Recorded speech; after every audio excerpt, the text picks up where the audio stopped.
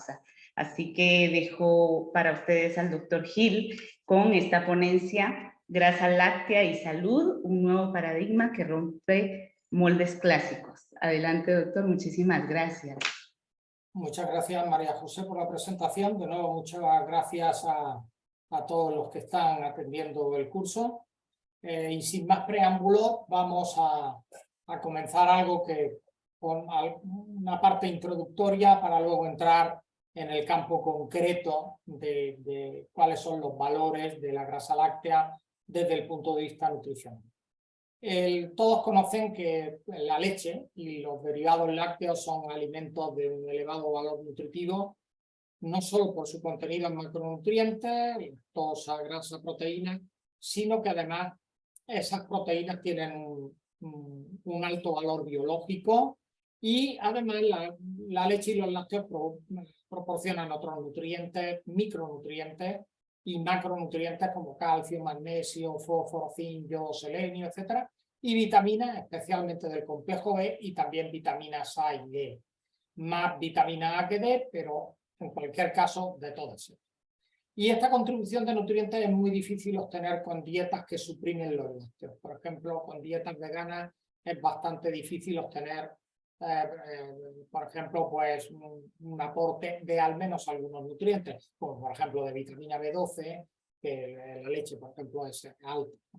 En cualquier caso, ya hablando concretamente de las grasas de la dieta, nosotros conocemos que tanto grasas de origen vegetal como grasas de origen animal, pescados, huevos, pero también productos cárnicos y lácteos, representan un grupo muy heterogéneo de compuestos. Hay derivados del glicerol, triglicéridos, diglicéridos, monoglicéridos, fosfolípidos y todos ellos están esterificados con ácidos grasos que difieren en su estructura, ácidos grasos saturados, insaturados, a veces ácidos grasos trans, pero también los lípidos, la grasa de la dieta tiene colesterol, otros esteroles, en el caso de los vegetales, fitoesteroles, y otros compuestos minoritarios que pueden ser muy importantes desde el punto de vista funcional. La grasa, por supuesto, sirve como combustible metabólico fundamentalmente, pero también es fuente de lípidos estructurales, fundamentalmente a través de los ácidos grasos esenciales y de sus derivados, y por supuesto es también vehículo de vitaminas. Y hay un aspecto importante, y es que la grasa le da palatabilidad a la dieta. En consecuencia, no solo tiene funciones energéticas y estructurales, sino que también tiene funciones hedónicas dentro del contexto de los alimentos. Aquí, simplemente porque lo recuerden, la estructura de los ácidos grasos saturados son, digamos, grupos metilénicos que terminan en un grupo carboxilo y tienen una estructura lineal. En cuanto que hay dobles enlaces, aparecen acodamientos, los enlaces naturales son cis, entonces ahí concretamente el ácido graso que ven es el ácido oleico, tiene un doble enlace, pero si hay 2, 3 o más dobles enlaces, pues hay acodamientos de manera que la molécula tiende a ser, digamos, ocupar un volumen más grande debido precisamente a esos cosas. En los ácidos grasos trans ese acodamiento no existe y entonces los ácidos grasos trans a todos los efectos estructuralmente se parecen mucho a los ácidos grasos saturados. Yo entiendo que esto lo conocen prácticamente todos, es un recordatorio. Lo que sí está claro es que las grasas, tanto vegetales como animales, difieren mucho en su composición, especialmente en el contenido de grasas saturadas, monoinsaturadas o poliinsaturadas. Por ejemplo, los aceites de coco o de palma, que son vegetales, tienen una cantidad de grasa saturada muy alta, una proporción de monoinsaturadas más pequeña y sobre todo tienen cantidades muy pequeñas de poliinsaturadas. Cuando nosotros nos vamos a algunos productos como la manteca de cerdo o el sebo de vacuno, hay también una proporción muy alta de saturadas, pero hay también monoinsaturadas. En el caso concretamente de la mantequilla derivada de la grasa láctea, hay una proporción alta también de saturada, una proporción intermedia de monoinsaturada y una pequeña proporción de poliinsaturada. Cuando nos vamos ya a los aceites de semilla, fundamentalmente el aceite de oliva es muy singular porque tiene pocos saturados, tiene una cantidad de monoinsaturados, preferentemente ácido oleico muy grande, y una proporción moderada a pequeña de ácidos grasos poliinsaturados. Y así se observan algunos aceites como el de canola, alto en oleico, también tiene una proporción más alta de poliinsaturados, especialmente de linolénico, y si siguen descendiendo, pueden ver como hay algunos aceites como soya, maíz, que tienen una proporción muy pequeña de saturado, una proporción intermedia pero también relativamente pequeña de monoinsaturado y una proporción muy elevada de poliinsaturado.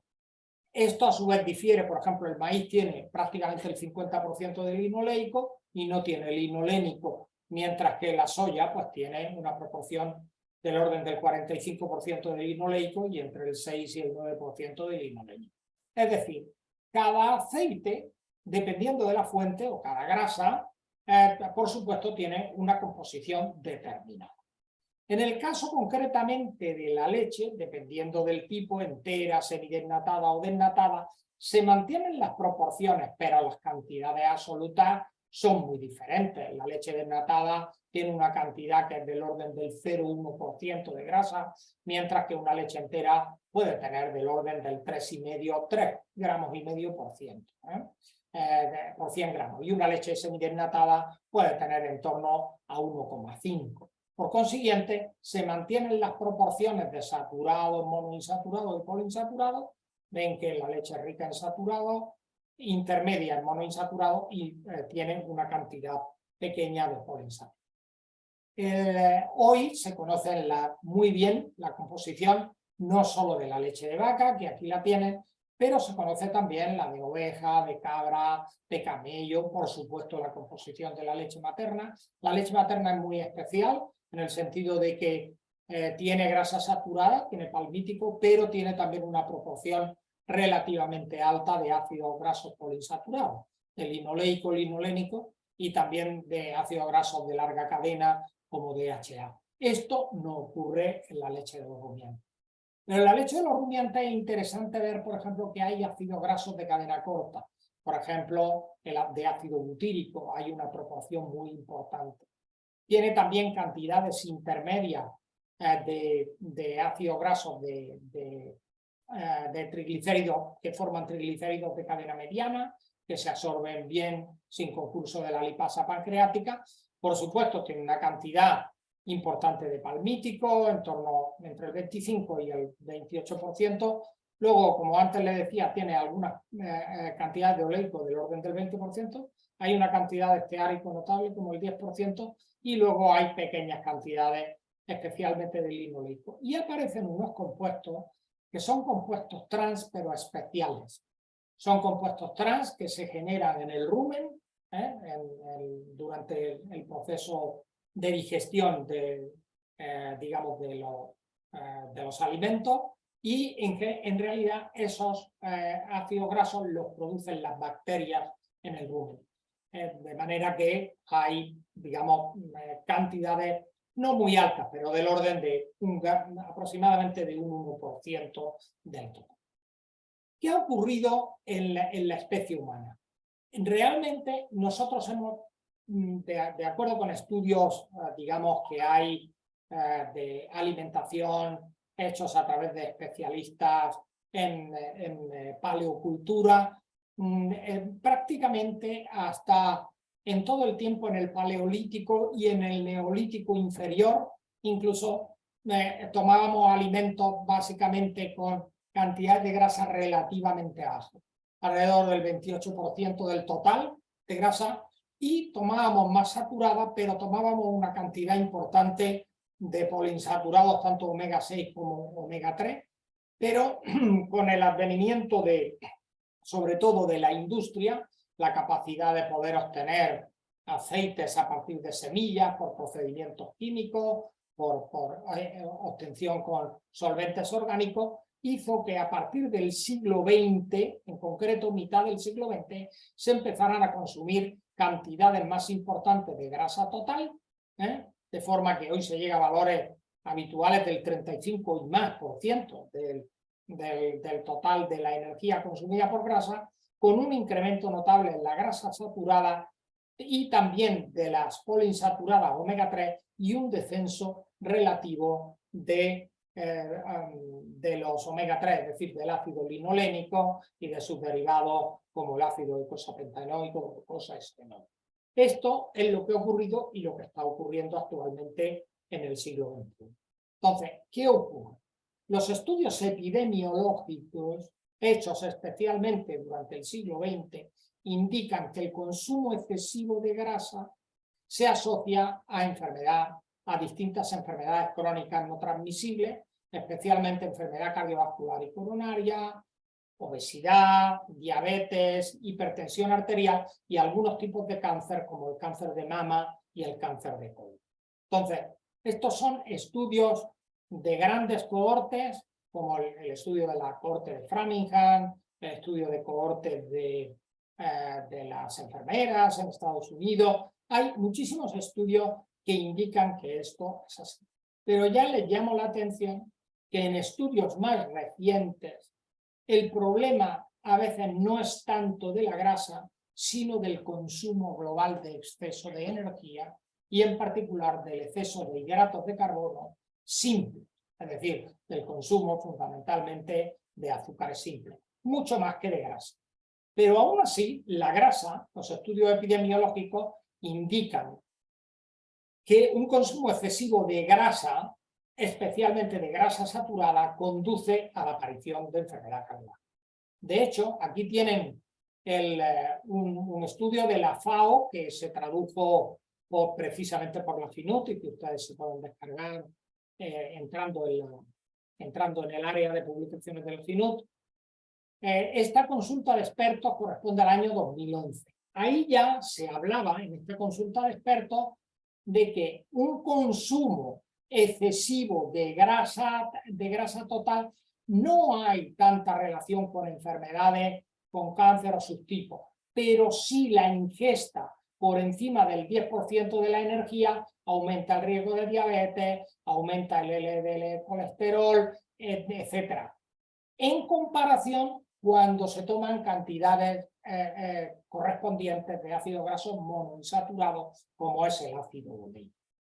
Por supuesto, cuando se toma más monoinsaturado, disminuyen las LDL y aumenta la reacción de colesterol al HDL y disminuye el riesgo de síndrome metabólico. E igualmente, cuando tomamos una cantidad entre el 5 y el 10% de la energía, como ácidos grasos poliinsaturados, disminuye el riesgo de síndrome metabólico. Pero también hay que tener en cuenta que si uno se excede en el consumo, aumenta la peroxidación lipídica y eso se asocia también a enfermedad. En el año 2012, cuando se publica el report de la FAO concretamente, y publicamos nosotros el documento en español, lo que se observa es que concretamente no hay relación convincente en relación con la grasa total y los accidentes cardiovasculares, pero sí lo hay cuando se ingieren cantidades por encima del 2% de la energía de ácidos grasos trans. Y también hay que entender que cuando se consumen ácidos grasos saturados, pero se sustituyen por poliinsaturados, disminuye el riesgo. Posteriormente, 3 años más tarde, la Federación Española de Sociedades de Alimentación, Nutrición y Dietética, en el cual yo tuve el honor de participar, publicamos un consenso sobre la influencia del consumo de grasa y aceite en la población española. Y lo que queda claro es que a partir de una ingesta del 2% de energía, los ácidos grasos trans, el consumo de ácidos grasos trans, pero ácidos grasos trans producidos artificialmente a partir de grasas y fundamentalmente aceites vegetales por esterificación utilizando catalizadores metálicos y por consiguiente muy distintos de los trans que tienen los rumiantes, esos ácidos grasos trans, llamémosle artificiales, entre comillas, se relacionan con riesgo de factores cardiovasculares y el nivel es uno más, es decir, el nivel es máximo. Hay seguridad total que la ingesta de trans se relaciona con la enfermedad. De hecho, la Unión Europea, hace ya algunos años, eliminó la posibilidad de que los industriales, los grupos de producción de alimentos, utilicen grasas trans. Más recientemente en Estados Unidos también se ha dado la normativa de eliminación y sería deseable que en todos los países del mundo se disminuyera la proporción de ácidos grasos trans en la dieta. Hoy tecnológicamente además es posible porque se pueden hacer grasas un poco más untables sin necesidad de utilizar estos ácidos grasos trans utilizando tecnología enzimática. La recomendación, por consiguiente, que ha hecho la Unión Europea y Estados Unidos es no superar el 1% de la energía total. Y hay evidencias, como digo, importantes.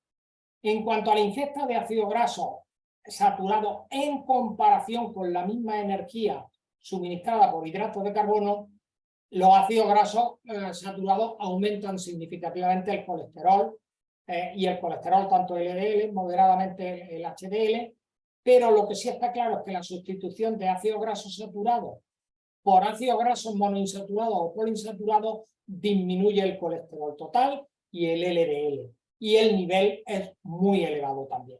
Por consiguiente, la recomendación global es sustituir en la medida de lo posible ácidos grasos saturados por monoinsaturados y por poliinsaturados. No me quiero extender mucho en esto, pero excepto si se sustituyen por ácidos grasos poliinsaturados o monoinsaturados, la reducción de ácidos grasos de la dieta carece de efecto sobre el riesgo cardiovascular. Es decir, en realidad la reducción del riesgo está mucho más por consumo de los monoinsaturados y de los poliinsaturados que en sí mismo por el consumo de ácidos grasos saturados. No sé si me explico, es decir, yo tomo una parte de los saturados y lo sustituyo por el poliinsaturado, ahí empezamos a tener efecto. Bueno, la recomendación con los datos actuales, por consiguiente, es que no es, al menos en España, no hay un nivel mínimo.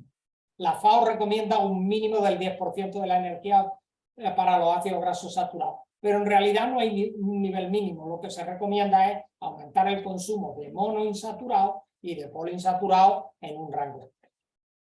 ¿Qué ocurre? Muy recientemente, hace un par de años, la Organización Mundial de la Salud hace una revisión sistemática y metaanálisis de estudios observacionales prospectivos en el que observan cuál puede ser el efecto de la grasa saturada y de los trans y su reemplazo por otros nutrientes. Y concretamente lo que se dice es que con todas las pruebas que existen, la sustitución de los ácidos grasos saturados por otros macronutrientes puede reducir el riesgo de mortalidad y cardiopatía coronaria. Y estos resultados son aún más interesantes si efectivamente los ácidos grasos saturados y trans se sustituyen bien por ácidos grasos monoinsaturados o bien por hidratos de carbono de digestión lenta, es decir, no por azúcares, como antes comentaba. ¿Qué ocurre en este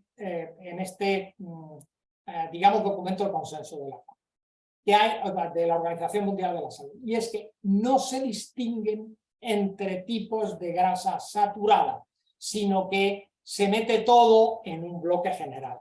Y esto, ya sabemos que esto no es así. Este es concretamente el metaanálisis, en donde ven que el reemplazo de saturado por 5% de poliinsaturado o monoinsaturado disminuye el riesgo, y especialmente disminuye el riesgo cuando también se sustituyen por hidratos de carbono. No voy a entrar en detalle, pero hoy sabemos los mecanismos. Los ácidos grasos saturados y los isómeros trans artificiales y la disminución también del consumo de omega 3 y omega 6 hacen disminuir la actividad de algunos factores de transcripción, como el PPAR-alfa, disminuye la oxidación mitocondrial, aumenta la resistencia insulínica, y como consecuencia la diabetes de tipo 2, la obesidad y la dislipidemia. ¿Pero realmente son todos los ácidos grasos saturados equivalentes? No. Y esto es algo que, al menos esta revisión de la FAO, de la Organización Mundial de la Salud, no ha tenido. Los ácidos grasos, por ejemplo, láurico y mirístico, los de 12 y 14 carbonos, son saturados, pero son los más heterogénicos que se conocen. No tiene nada que ver, por ejemplo, con el esteárico. El esteárico es un ácido graso que cuando lo tomamos inmediatamente nosotros lo desaturamos a oleico la mayor parte. Por consiguiente no tiene efecto heterogénico. El ácido palmítico es un ácido que tiene un cierto efecto heterogénico, pero por ejemplo piensen que la leche materna tiene el 21%, prácticamente un poquito menos que la leche de los rumiantes. Hay que dar palmítico porque hay que dar energía. Y si se da en cantidades moderadas no tiene problema. El problema comienza cuando tenemos un exceso de consumo, como antes decía, nos vamos a niveles de superiores al 35% de la energía de la dieta. Pero en sí mismo no son heterogéneos. Entonces, ¿realmente las grasas de los productos lácteos son perjudiciales para la salud? Bueno, pues en los últimos años ha habido un cambio de paradigma. Y el cambio de paradigma es que la grasa láctea tiene un comportamiento muy distinto de otras grasas saturadas. Porque proporciona, por ejemplo, ácidos grasos de cadena corta, como antes les dije, butírico, pero también algunos como caproico y cáprico son triglicéridos de cadena mediana que se absorben sin concurso de la lipasa pancreática y además generan cuerpos cetónicos, con lo cual no generan mucha energía. Por otra parte, proporcionan algunos ácidos grasos ramificados que dan lugar a propionil coenzima, es decir, se metabolizan distintos. Y en el caso de los trans, la estructura es muy distinta de los trans artificiales. Los CLAS que producen las bacterias ruminales, especialmente el linoleico conjugado, tiene una estructura muy diferente. De hecho, hay algunos efectos positivos de este ácido graso, igual que el transvarscénico, que es el 18. Por supuesto, en la grasa láctea hay, como antes decía, vitaminas liposolubles y betacaroteno. Y entonces los efectos no son los efectos de componentes individuales, sino que hay que considerar efectos de matriz.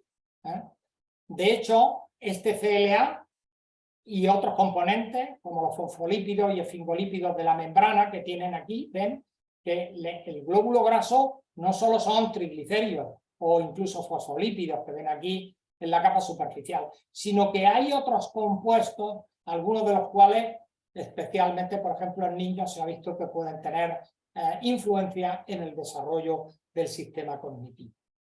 En el caso de los isómeros trans, como antes les decía, hay un isómero particular que es este cis9 trans 11 linoleico conjugado y este otro también trans 10 cis 12 y el trans 11 18,1 que es el transvacénico al que antes me refería. Entonces, estos ácidos grasos, especialmente los dos primeros, se ha descrito que pueden tener efectos biológicos interesantes como modulación del sistema inmunitario. Algunos de ellos, como el primero, se ha demostrado que son anticarcinogénicos y antiaterogénicos y moduladores del metabolismo lípido.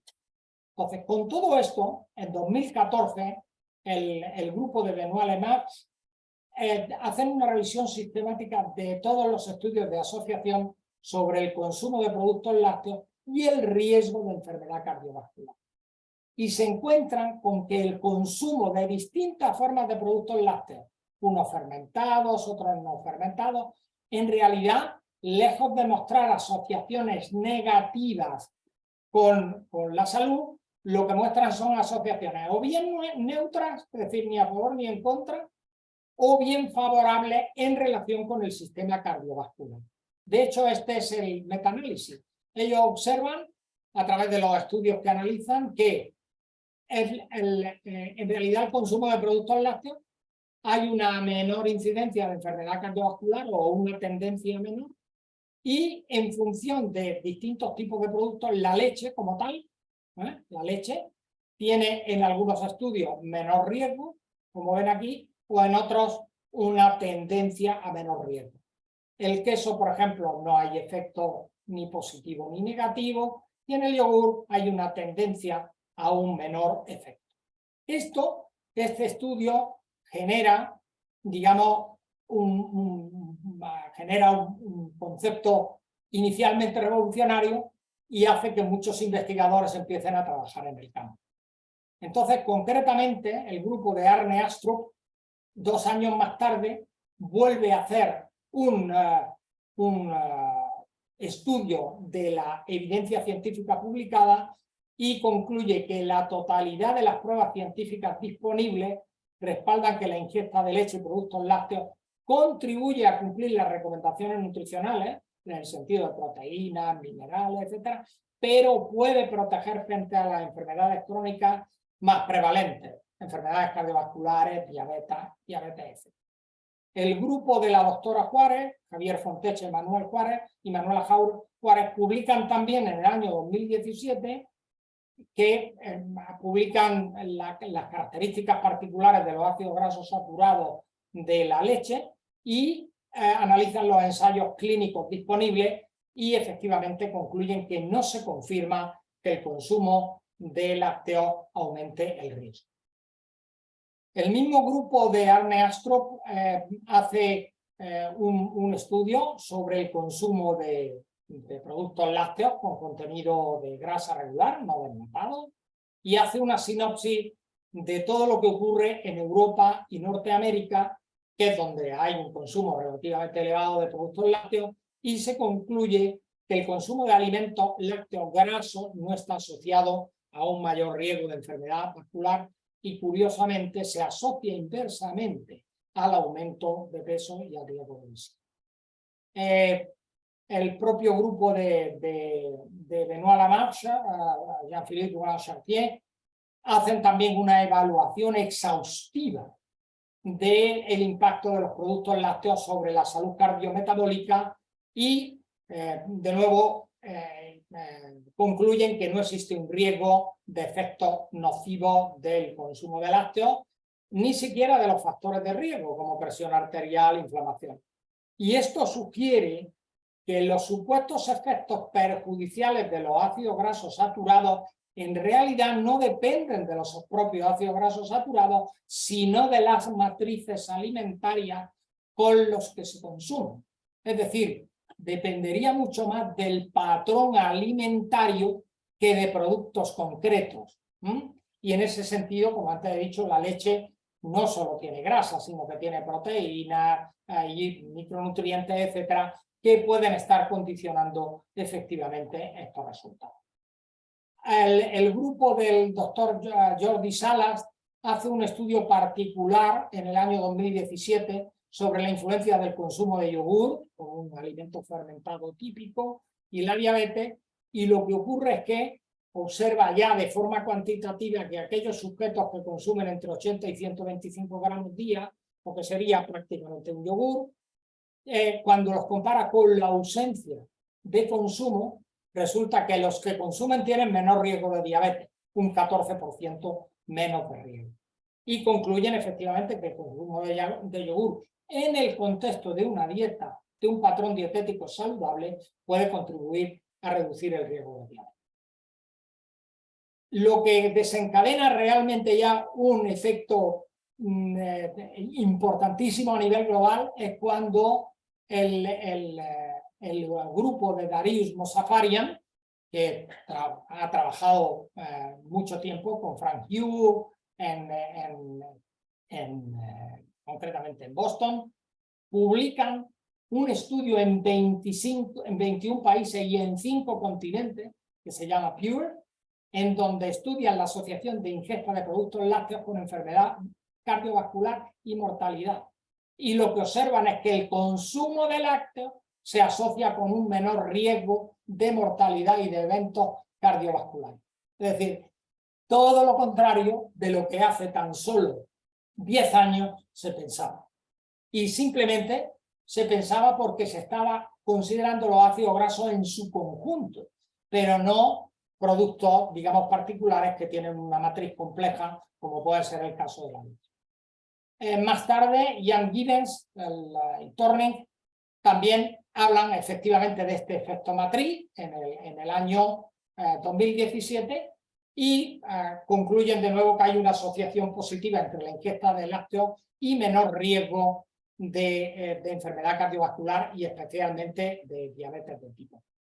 De manera que los estudios de intervención, no ya los estudios de cohortes longitudinales, sino los de intervención, indican que los efectos metabólicos de los productos enteros pueden ser diferentes a los de los componentes lácteos individuales y hay un efecto de matriz que puede tener ese efecto positivo sobre el menor riesgo de enfermedades cardiometabólicas. De todas formas, esta situación genera en JAMA, como saben, una de las revistas más importantes médicas, en 2018 genera un editorial que dice concretamente whole fat o non-fat dairy, the debate continues. Es decir, realmente, ¿productos lácteos desnatados o no desnatados? Y la pregunta ocurre porque en los nuevos recomendaciones de ingesta de alimentos en Estados Unidos se continúa, a pesar de la evidencia científica, diciendo que se consuman productos preferentemente desnatados. Esto no tiene demasiado sentido y este editorial lo que reclama es que se hagan estudios realmente y que los estudios se impliquen en la recomendación. De hecho, personalmente en 2019 tuve el placer de dirigir un monográfico entero sobre el papel de la leche y de los productos lácteos en la salud y en la prevención de enfermedades crónicas no transmisibles. Ese volumen completo está disponible para toda la comunidad, gratis, se lo pueden descargar de PubMed o en fin, de cualquier lugar. Y hay toda una serie de, no voy a entrar en detalle, pero se analiza, por ejemplo, el efecto del consumo de productos lácteos en la enfermedad cardiovascular, en la diabetes, en el síndrome metabólico, se analizan también los efectos sobre mortalidad, sobre riesgo de sarcopenia, desarrollo cognitivo en los mayores, y en fin, se hace también se hacen estudios sobre la influencia del consumo de productos lácteos en la osteoporosis, etc. Como dije, hay del orden de, creo que 12 artículos diferentes que pueden verlo de forma detallada. Pero en concreto yo me voy a centrar en uno de los artículos que directamente he estado yo implicado, es este en el que se ve la influencia del consumo de productos lácteos en las enfermedades cardiovasculares. A la izquierda tienen todos los estudios que han sido publicados hasta la fecha, pero preferentemente desde 2010 hasta el 2018, en ese momento, y fíjense como la mayor parte de los estudios, hay algunos que la desviación es muy grande, hay heterogeneidad, pero la mayor parte hay una disminución del riesgo de enfermedad cardiovascular. Y en relación a la influencia del consumo elevado frente al consumo reducido, o el consumo más elevado no tiene un mayor efecto que el consumo reducido de productos lácteos, o incluso en el caso de productos fermentados, como pueda ser, por ejemplo, el queso, etcétera, lo que ocurre es que el consumo elevado disminuye aún más el riesgo. Y cuando se analizan no los estudios de cohortes, que eran los que veían anteriormente, sino los estudios de intervención controlados, aquí ven algunos de ellos, lo que se observa es que concretamente la presión sistólica disminuye, la presión sistólica arterial, el consumo de productos lácteos se asocia con una menor tensión arterial y con efectos neutros sobre concretamente algunos otros digamos, concretamente en función de que se consuman productos altos en grasa, medios en grasa, es decir, desnatados o no desnatados, en realidad no se observa un efecto. Es decir, no parece que científicamente haya ninguna razón para recomendar productos lácteos desnatados. excepto, efectivamente, que sea porque alguien quiere limitar el consumo global de energía, como antes comentaba. En definitiva, la conclusión sobre el consumo de lácteos y la enfermedad cardiovascular es que los resultados obtenidos en esta revisión que hemos hecho nosotros apoyan que el consumo de productos lácteos no afecta negativamente al riesgo de los resultados cardiovasculares, las enfermedades cardiovasculares, e incluso pueden tener un cierto efecto protector.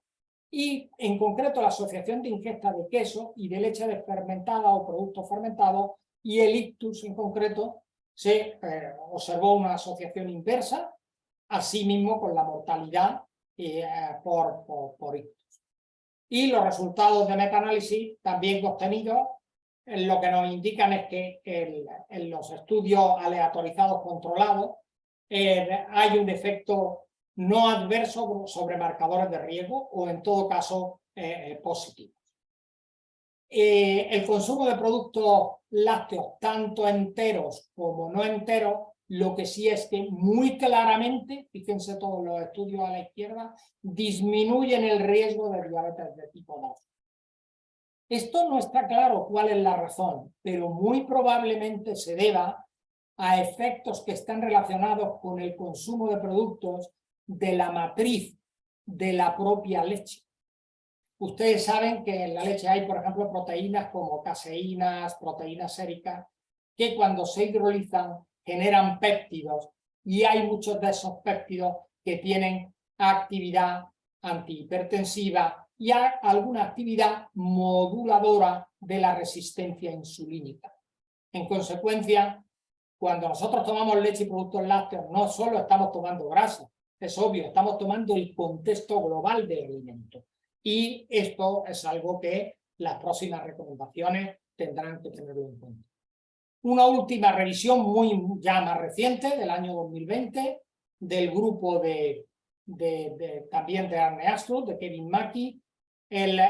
Han revisado de nuevo toda la evidencia con lo último publicado y aquí tienen algunos de los estudios más recientes, hasta 2018, en el que se observa que no hay asociación o hay una asociación inversa entre el consumo de productos lácteos y la enfermedad cardiovascular.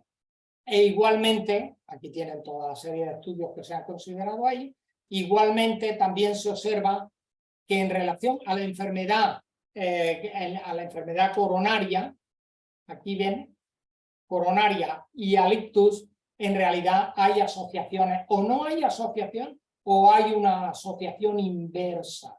En concreto, cuando se toman del orden de aproximadamente unos 200 gramos día de producto lácteo, es decir, una ingesta moderada.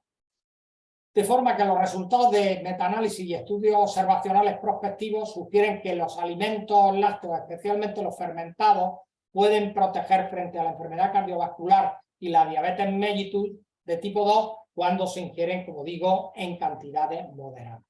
Y que ese consumo no ejerce efectos perjudiciales sobre los lípidos sanguíneos y la presión arterial, como cabría en principio pensar por la grasa saturada, si es que todas las grasas saturadas fuesen iguales. En consecuencia, el estado actual de la evidencia, aunque todavía es incompleta, pero en los últimos 10 años el paradigma ha cambiado y carece de apoyo el que consumir productos lácteos bajos en grasa sea mejor que no consumir. Como conclusión global, y con esto finalizo, durante los años 80 del pasado siglo y hasta justo el siglo XXI, las guías alimentarias internacionales y en particular las de Estados Unidos han promovido el consumo de alimentos lácteos en cantidades moderadas, entre 2 y 3 raciones, pero de productos lácteos bajos en grasa o sin grasa. Y esto tenía sentido en función de estudios antiguos, pero cada vez hay más pruebas que el consumo de productos lácteos ricos en grasa tienen un efecto neutro o inverso en relación a la salud cardiometabólica, y en concreto enfermedades cardiovasculares de origen aterosclerótico, diabetes de tipo 2 y los factores de riesgo asociados, colesterol LDL, etc. Por tanto, aunque se sigue recomendando el consumo de lácteos bajos en grasa, su superioridad en comparación con los lácteos enteros no está respaldada por la investigación científica, ni por estudios de cohorte, ni por estudios de intervención. Y a la luz de los conocimientos actuales, es necesario revisar las recomendaciones de consumo en todos los países, de forma que los lácteos enteros pueden formar parte de los patrones de alimentación saludable. Muchas gracias a todos.